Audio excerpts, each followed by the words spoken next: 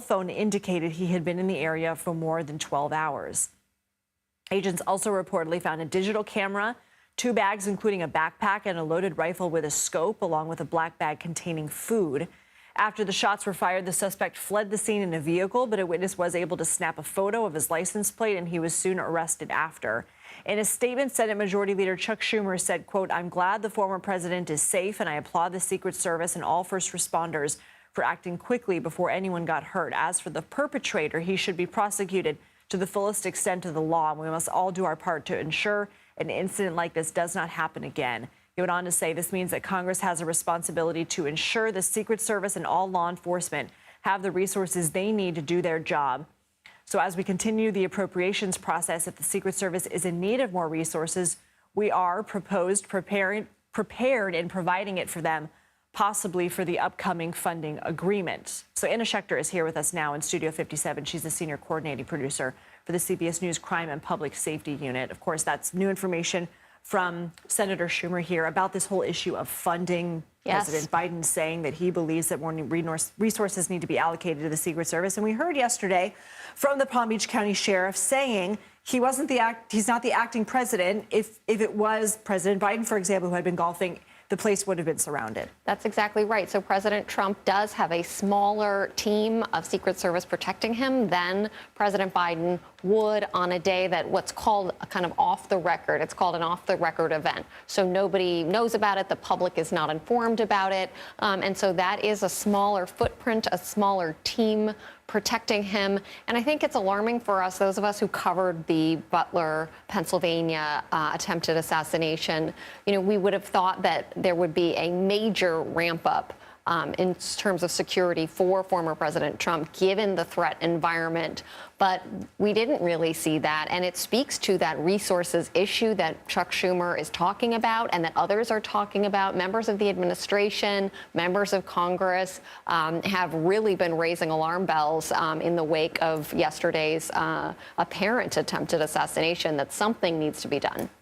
So as we await this press conference, and CBS News will be providing a special report, and we will go to that when that happens, what do we know right now? Set the stage for us and what you and our teams have been gathering throughout the day from sources and court documents. So the suspect, 58-year-old Ryan Routh of Hawaii, was apprehended yesterday. He's been questioned by the FBI. The FBI has taken the lead on this investigation. We don't expect state charges, but we could be seeing more federal charges. So right now, what prosecutors did is they slapped down 2 charges that would be easy to prove. So the first one is a felon in possession of a firearm that violates federal law. That is an easy charge to prove.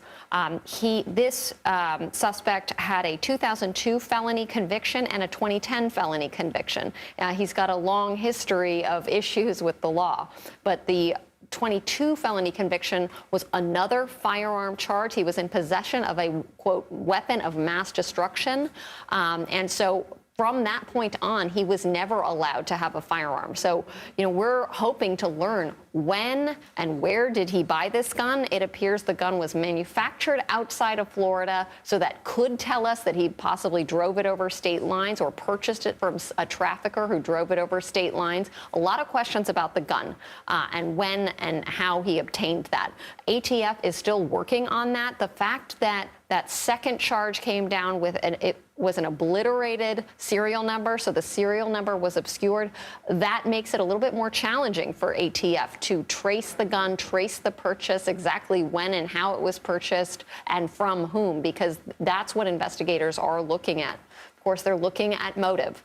And part of that, you know, is what they found. And law enforcement experts who've been on our air for the last 24 hours have said that it is a good thing for the investigative process that he did leave evidence behind, a GoPro, the ceramic tiles. What do we know about what was left and what avenues that will lead law enforcement down? Well, immediately, law enforcement determined that he was trying to film himself in some fashion. You saw they issued a photo of the digital camera attached to the chain link fence and sort of the backpack kind of propped up there, 2 backpacks actually, with ceramic tile. I mean, that still remains a question. I haven't heard anybody give a really good answer for what was going on there. He had a small black plastic bag of food. He'd been there all night, basically.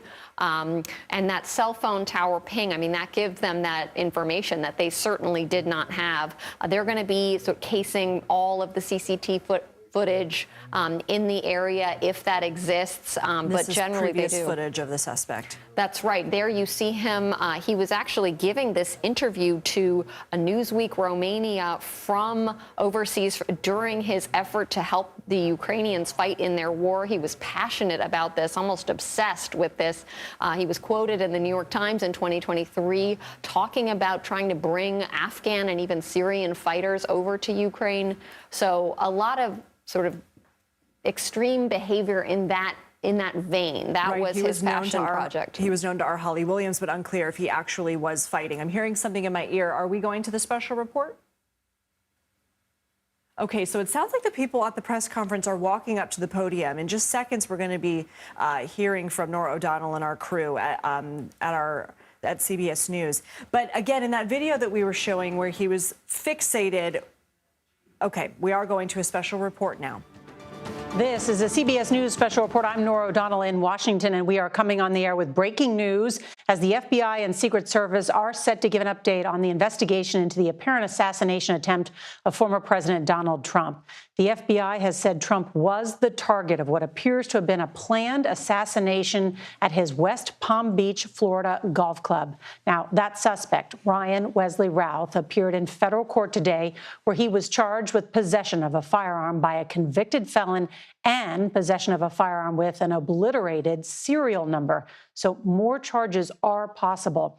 Court documents also revealing today that Routh was camped outside of the golf course for nearly 12 hours, lying in wait before he was spotted by the Secret Service. Now, it does not appear that the suspect fired any shots at the former president and that the only gunfire came from the Secret Service. Let's listen now to Sheriff Rick Bradshaw of the Palm Beach County Sheriff's Office. Which is the U.S. Attorney, FBI, Secret Service. We're going to give you everything that we have. We're going to give you the latest updates. They're going to tell you what's going on with the investigation, everything. And then we're going to do a limited amount of questions. So make them good, all right? Don't get into what if and all this. Get legitimate questions. We got it? Yes, sir. Okay, everybody ready? Yes, sir. Okay. We're here today to give an update on the investigation in regards to the incident at Trump International. With me is the U.S. Attorney, the FBI, and the Secret Service. Just to give you a little information, as you well know, the road down there on Summit is still blocked off. It will be blocked off probably for the remainder of today and probably a good portion of tomorrow until some of the investigative things need to be done and finished. But we're accommodating people in and out, getting them to the library, getting them to the post office, so the public is not going to be that far inconvenienced. The security level at Mar-a-Lago is the highest it can possibly be now. The road closures are back in place and will remain there. The checkpoints are in place. And my commitment to the Secret Service is to give them every possible resource from PBSO. Once they determine the level of security that they need, they will get all the resources possible. So having said that, I'll let you talk to the U.S. Attorney. Thank you, Sheriff.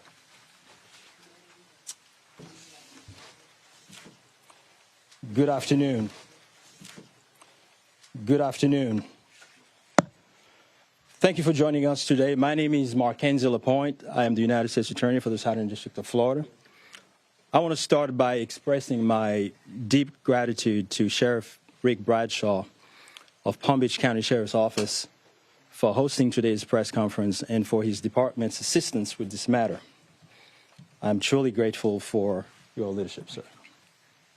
I'm also pleased to be joined by our partners in federal law enforcement from the FBI and the United States Secret Service, and also from ATF. Joining us today for comments and announcements are Special Agent in Charge Jeffrey B. Veltri of the FBI Miami Field Office, and Acting Director of the U.S. Secret Service, Ron Rowe. I want to also thank the men and women in law enforcement who have been working around the clock in the initial phase of this ongoing investigation. Our partners include federal and local authorities who effectuated the apprehension of the defendant and have aided in ensuring federal charges were filed against him this morning. We're here to announce that Ryan Wesley Routh, 58 years old, of Hawaii, has been charged by a criminal complaint in the Southern District of Florida with firearms offenses which occurred yesterday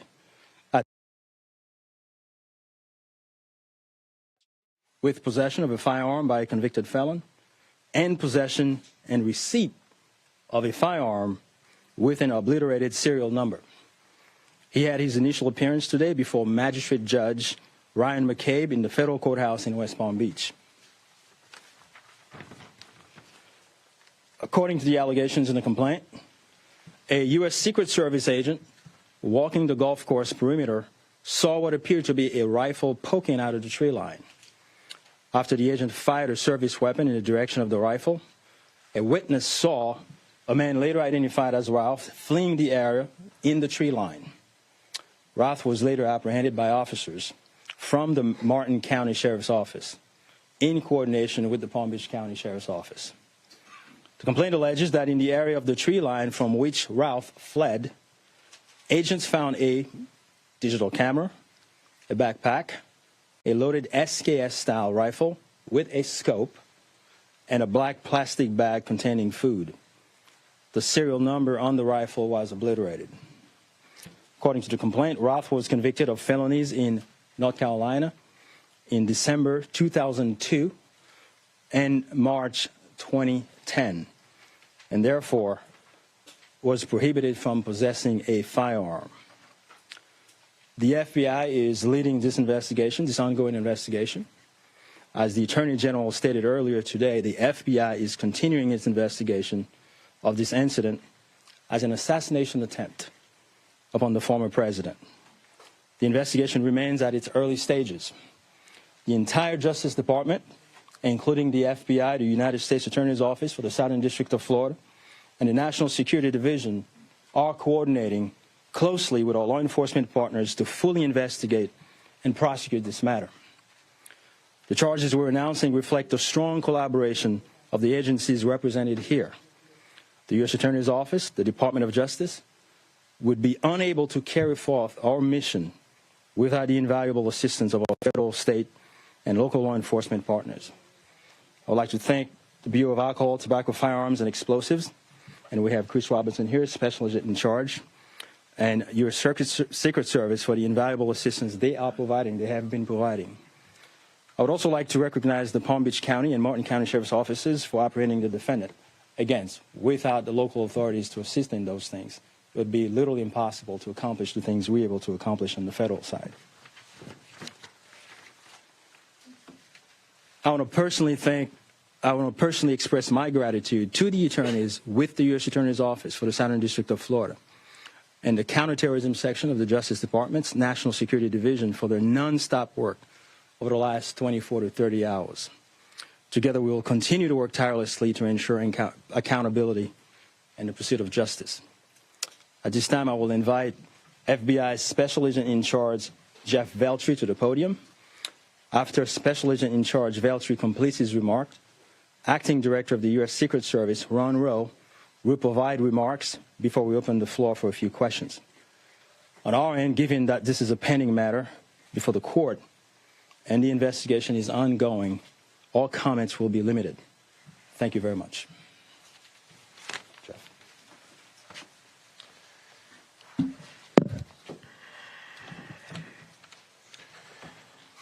Good afternoon. For a quick introduction, my name is Jeffrey Veltri, FBI's Special Agent in Charge for the Miami Field Office.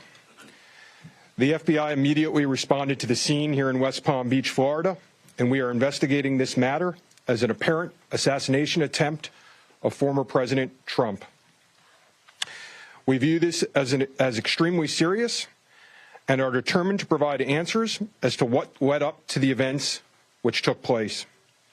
I want to emphasize we're just a little over 24 hours into this investigation, so we're going to provide as much as we can publicly while our investigation is still ongoing.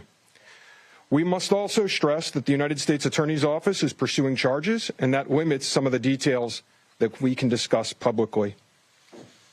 Yesterday afternoon, Martin County Sheriff's Office took custody of Ryan Routh, and he was transported back to Palm Beach County Sheriff's Office. Our FBI agents then attempted to interview him, and he invoked his right to an attorney.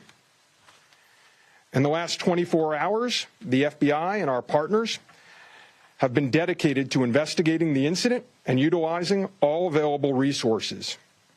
These efforts have included our investigative team and the United States Attorney's Office for the Southern District of Florida, in conjunction with DOJ's National Security Division, are actively working hand in hand to pursue and subsequently execute search warrants. Thus far, the warrants include a video recording device, subjects' cellular devices, a vehicle, and other electronic devices located at previous known addresses. We are coordinating with the United States Secret Service to complete numerous interviews of agents on scene. We have also interviewed 7 civilian witnesses at the scene, and that is just the beginning. Our FBI's Honolulu and Charlotte field offices have initiated interviews of several family members, friends, and former colleagues of the subject. FBI has deployed several specialty teams and assets from FBI headquarters and our lab division in Quantico to include evidence and critical incident response personnel. The evidence response team is collecting and processing multiple evidentiary items. These range from the rifle, which is an SKS model with a scope and obliterated serial numbers, to 2 bags, the subject's electronics, and what appears to be ceramic tiles. DNA has also been collected from those items, which are being sent to Quantico for testing. We will also process the subject's vehicle for evidence. The Cellular Analysis Survey Team, what we refer to as CAST, conducted thorough analysis of the subject's cellular device locations. The CAST analysis aligns with witnesses' account of the subject's presence at the scene both before and around the time of the incident on September 15th. More specifically, we're continuing to conduct analysis and will be compiling the subject's movements in the days and months leading up to September 15th. Cellular data shows that the subject was in the vicinity of the golf course roughly 12 hours before the engagement with the United States Secret Service. Our investigative teams conducted a neighborhood canvass in an effort to collect and obtain relevant video footage. The subject had an active online presence, and we are going through what he posted and any searches he conducted online. In addition, we're going through media reports and public statements he made that he wanted to recruit Afghan soldiers and others to fight for Ukraine. The FBI has sent multiple requests to companies for returns on the subject's phone and social media accounts. We received several returns and are waiting on additional responses from other companies as well.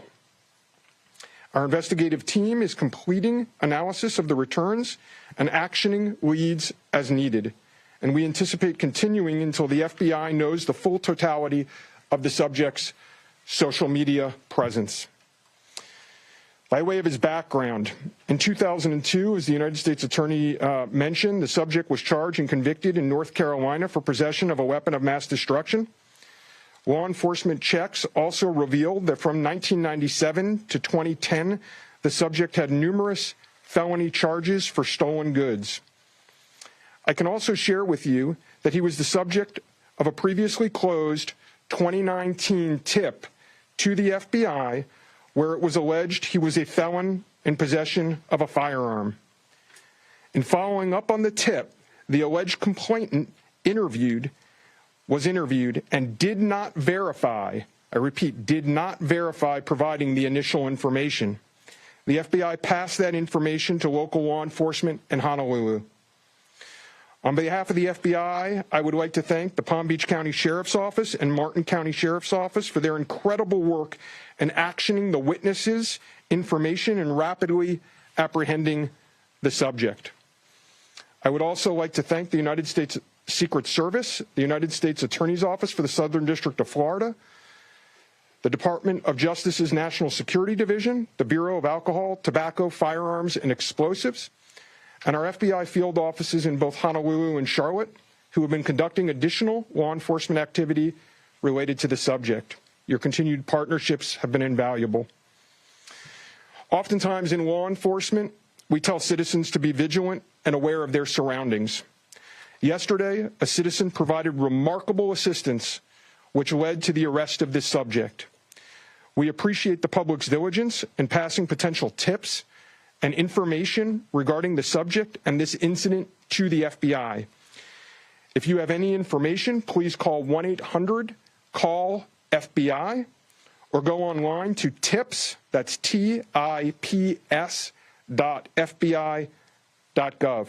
With that, let me turn it over to the United States Secret Service Acting Director, Ron Rowe.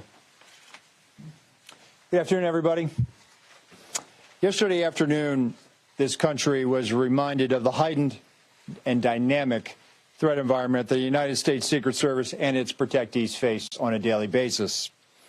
Immediately following the assassination attempt of former President Donald J. Trump on July 13th, the Secret Service moved to increase assets to an already enhanced security posture for the former president. In the days that followed, President Biden made it clear that he wanted the highest levels of protection for former President Trump and for Vice President Harris. The Secret Service moved to sustain increases in assets and the level of protection sought. And those things were in place yesterday. At approximately 1:30 p.m., former President Trump was playing golf during an off-the-record movement to the Trump International Golf Course. A Secret Service advance agent supporting the front edge of the agency's layered approach to protection encountered an individual attempting to secrete himself in the woodline.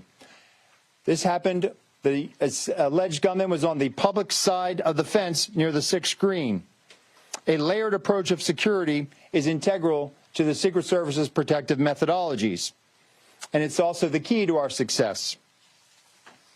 As former President Trump was moving through the 5th fairway across the course and out of sight of the 6th green, the agent, who was visually sweeping the area of the 6th green, saw the subject armed with what he perceived to be a rifle and immediately discharged his firearm. The subject, who did not have line of sight to the former president, fled the scene. He did not fire or get off any shots at our agent. With reports of gunfire, the former president's close protection detail immediately evacuated the president to a safe location. The protective methodologies of the Secret Service were effective yesterday. The former president's protective apparatus allowed for the early identification of the threat and led to a safe evacuation. The increased assets directed by President Biden were in place yesterday.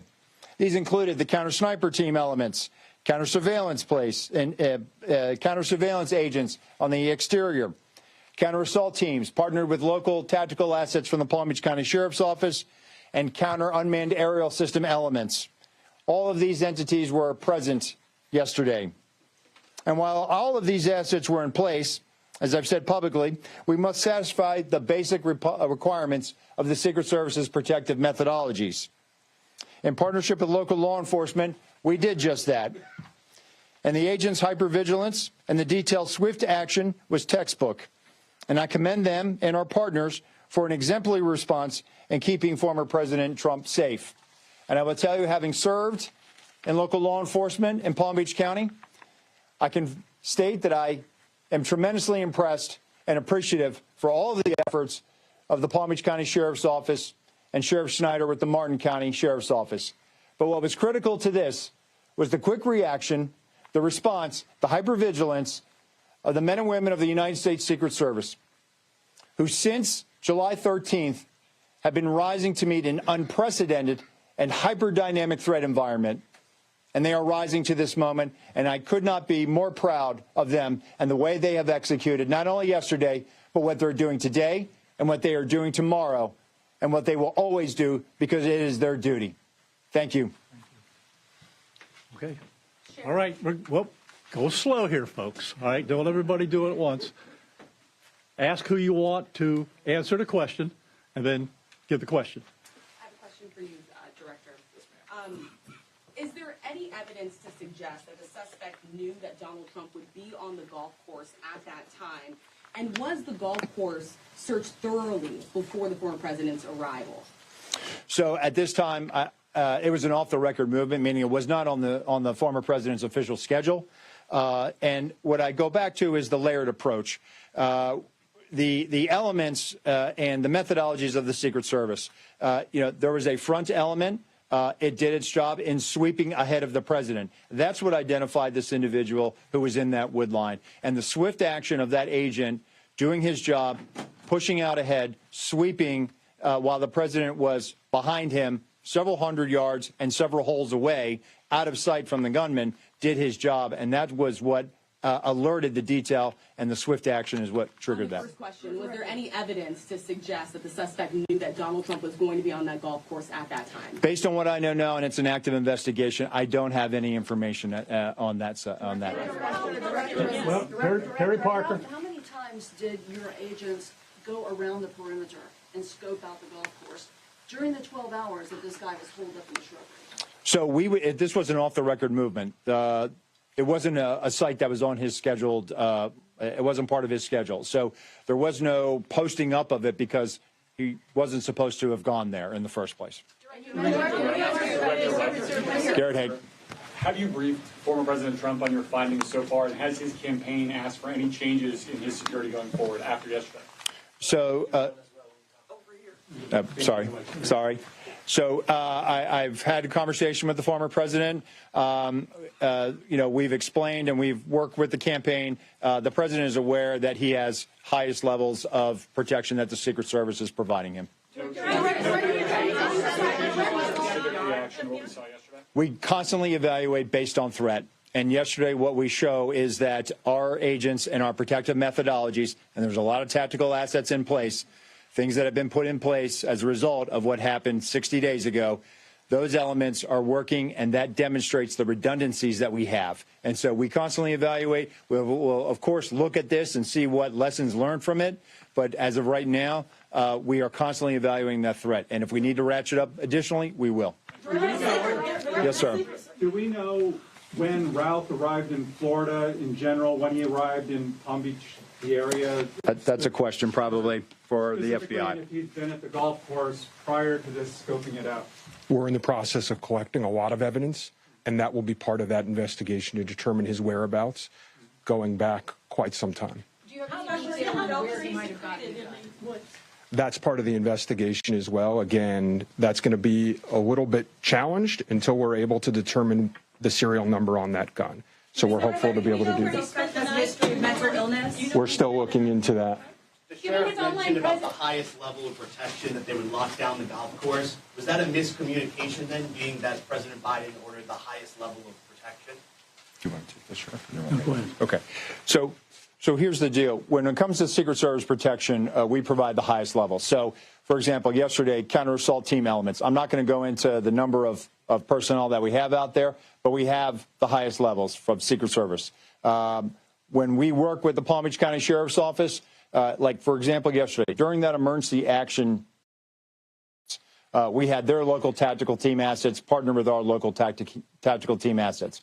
We had their helicopter up in the air, providing us 360 and situational awareness of the overhead for if there were any potential threats coming at us. So what we did yesterday was exercise our emergency plan based on the number of tactical assets and the highest level of protection that we are providing. The sheriff and I have talked. Now, clearly, when you go down Southern Boulevard right now and you try to get over to Palm Beach and you see the robust presence that's existing outside of Mar-a-Lago, the heavy uniform presence, the additional assets of the Secret Service. And for those of you that were here in 2017, when the president was in office, when you look at that footprint now and you look at it today, There's not much difference there. There is heavy uniform presence out there. Again, what I go back to is yesterday was an off-the-record movement, off the record. And the president wasn't even really supposed to go there. It was not on his official schedule. And so we put together a security plan, and that security plan worked. I know that the Secret Service has asked for additional resources. Being in the vicinity, Special Agent Daughtry, in terms of him being in the vicinity, based on his phone records, is there any evidence to show that Ralph was in the vicinity, in the area before Sunday? And when you say in the vicinity, does that mean right there at that spot in those bushes, or could it have been, down the street at a restaurant? It was in very close proximity to where he was spotted by the Secret Service. In terms of your first question, whether he was there earlier, our investigation is still looking to determine that. All right, whoa. We're going to do two more. You get one. All right? Only two more. You get one. Okay. We understand that the Secret Service has asked Congress for additional resources since the Butler rally. Have you received those resources yet? So thank you for that question. So we are working. Look, the Secret Service operates under a paradox of zero-fail mission, but also that we have done more with less for decades. And this goes back many decades, right? What I can tell you is that we have immediate needs right now, and we have great support, not only from President Biden, and you saw his public statement today, where he said that, he's going to direct his staff to make sure that the Secret Service has the resources it needs. We're having fantastic conversations with members of Congress. I've been up to the Hill last week.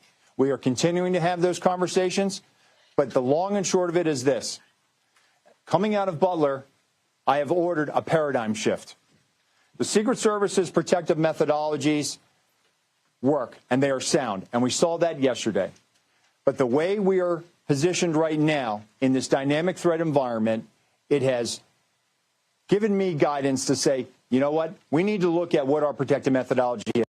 We need to get out of a reactive model and get to a readiness model. There could be another geopolitical event that could put the United States into a kinetic conflict or some other issue that may result in additional responsibilities and protectees of the United States Secret Service. And so we are working, we are making information available to all of our partners. And I just want to say that the commitment of Congress to the Secret Service throughout the years has been tremendous. And we will continue to work with them and Secretary Mayorkas, whose support in making sure that we're getting what we need has been phenomenal. He is one of our biggest champions and our advocate. And so we're having these conversations, and I feel confident that we will get what we need. We have immediate needs. We have future needs, too.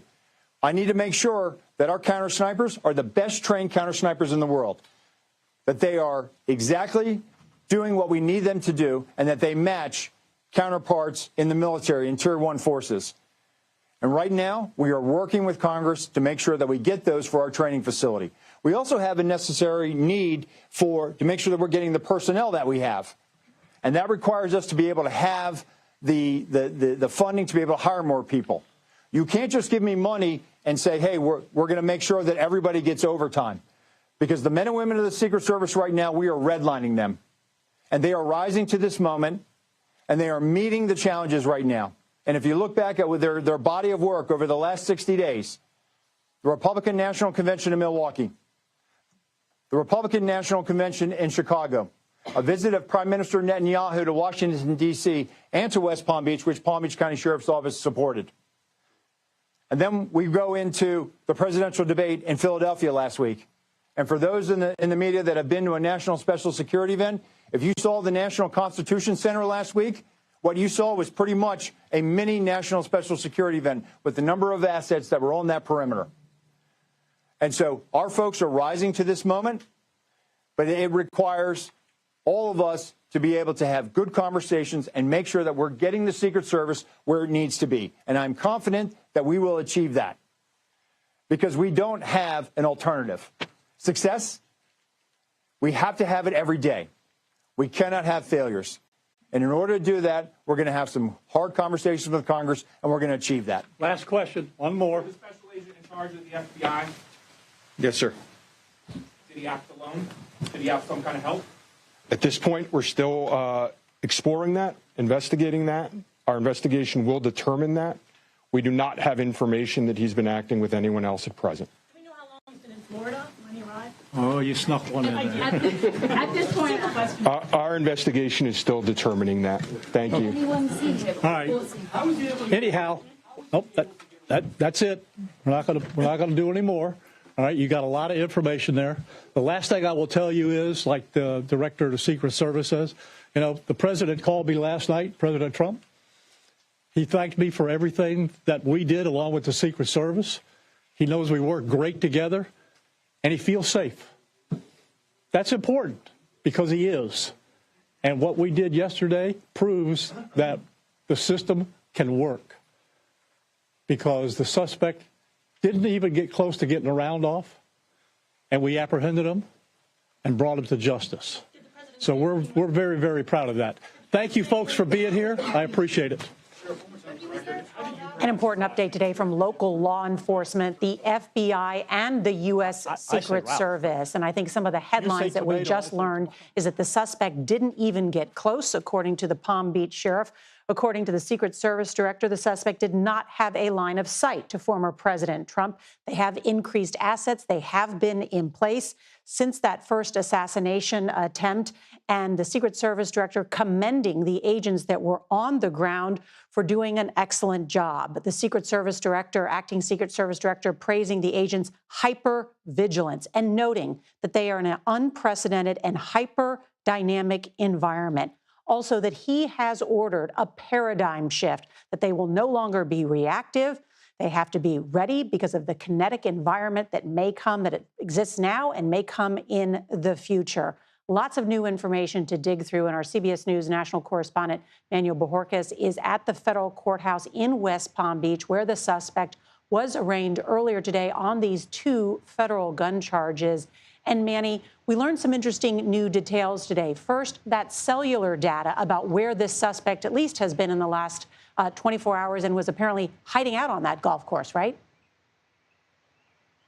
That's right. This is according to the criminal complaint that was attached to those 2 federal gun charges that were announced here at the federal courthouse today. This is according to prosecutors, where they say that cell phone data indicates that the suspect may have been in the area there around the tree line, around that fence, for nearly 12 hours, essentially lying in wait. They have not been able to answer at this point whether he knew the president would be playing golf there on Sunday. As we've heard repeated over and over, this was a last-minute, off-the-record movement for the president. What we did not hear in the court hearing today was any reference to former President Trump, to the golf club, or to the words assassination attempt.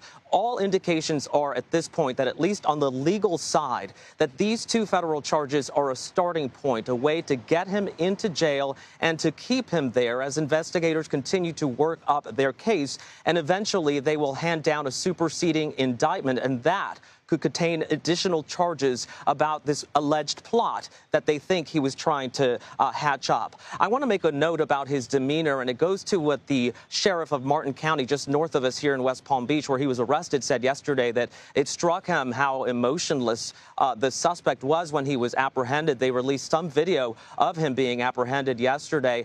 In the courtroom today, he appeared relaxed and calm, and at one point, he was even smiling in conversations that he was having with the court-appointed public defender. Nora?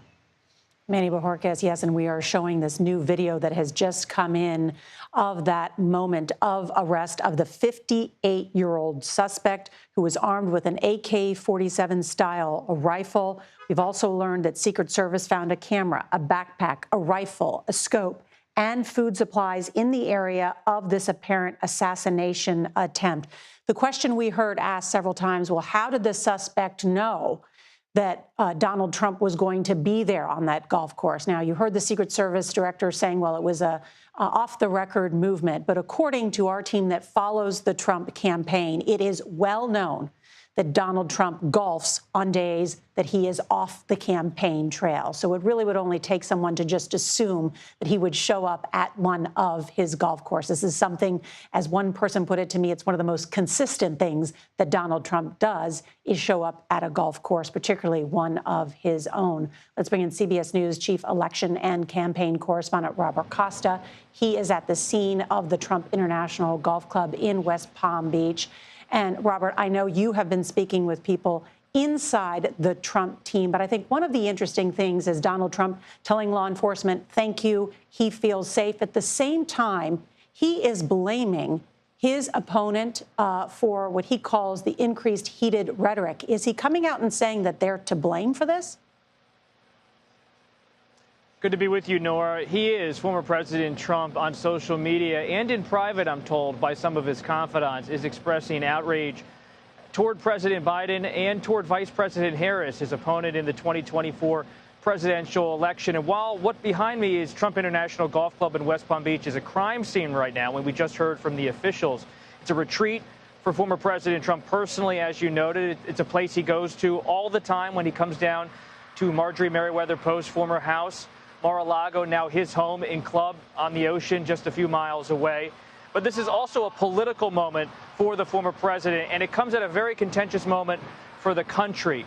Former President Trump is angry behind the scenes. He believes Democrats, especially President Biden and Vice President Harris, are creating an atmosphere of unrest around his candidacy. Now, Democrats, including some of the top ones in the country I've spoken to, disagree with former President Trump's assessment. They say former President Trump and his rhetoric should be curtailed at times from making some kind of extreme statements as they see it. So you have a very pitch moment where both sides in this presidential race are acrimonious, even though on the surface, President Biden has said he has tried to reach out to former President Trump. And you have Vice President Harris saying on social media and in his statement, there's no place for violence in America. So while all the players here at some level are trying to move forward peacefully, there's a lot of anger, frustration, and no real comedy in terms of understanding or peace between the sides, at least politically speaking. It's an excellent point, and it's also a reminder that those in leadership positions, whether they are appointed or political, need to temper down some of the political rhetoric that is out there and note that political violence is never acceptable in the United States of America, and certainly in our democratic norms. It's just not acceptable to do this. Of course, when everybody has the right to vote, everybody has free speech and they can speak about their opinions, but violence is not acceptable. And of course, in the middle of all of this is our law enforcement, who is bearing the brunt of a lot of this work. And I want to bring in CBS News consultant and former U.S. Secret Service Deputy Director A.T. Smith, who joins us now. And A.T., you heard the acting director there, Rowe, speak and commend the Secret Service agents on the ground who did their job, who were out ahead. They apprehended the suspect, spotting him at first, firing off a shot before that suspect was never in the line of sight of the president. What else did you make from what we learned today?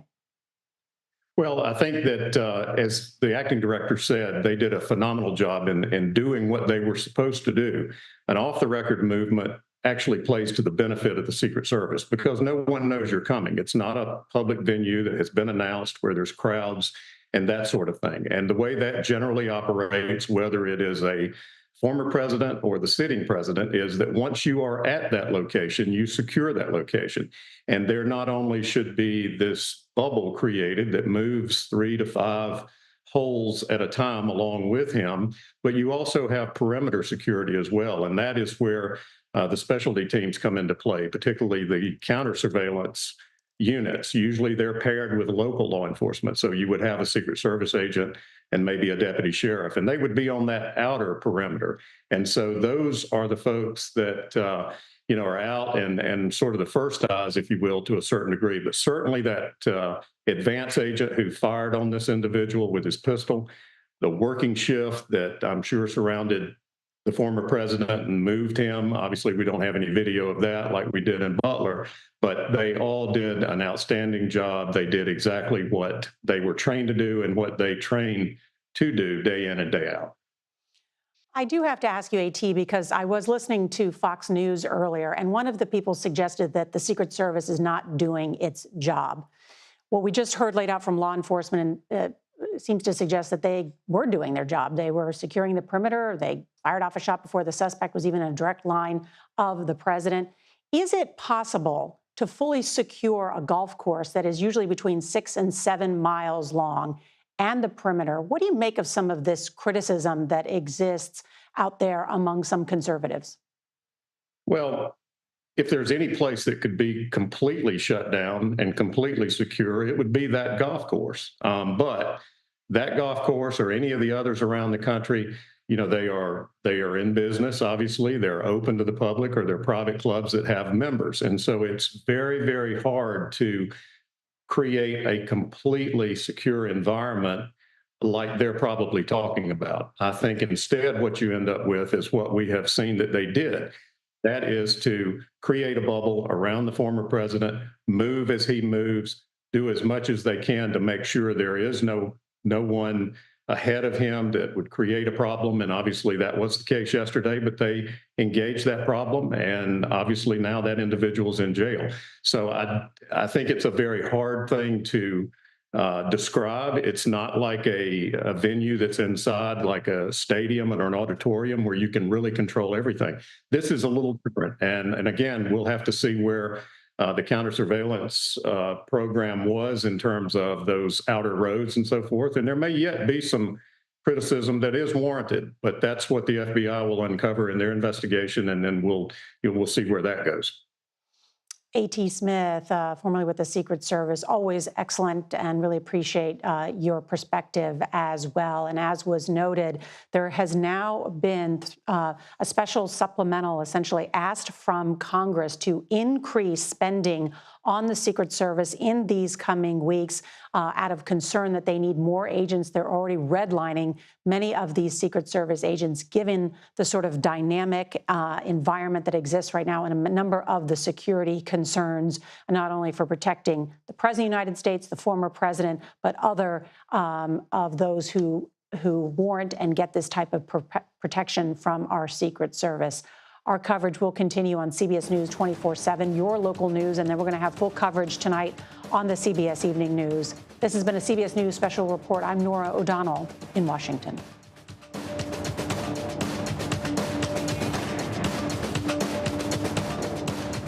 Hello, everyone. I'm Major Garrett in Washington. We continue our breaking news coverage. Authorities gave an update on what they termed an assassination attempt of former President Trump. According to the Secret Service, the suspect, Ryan Wesley Routh, did not fire any shots at agents or the former president and never had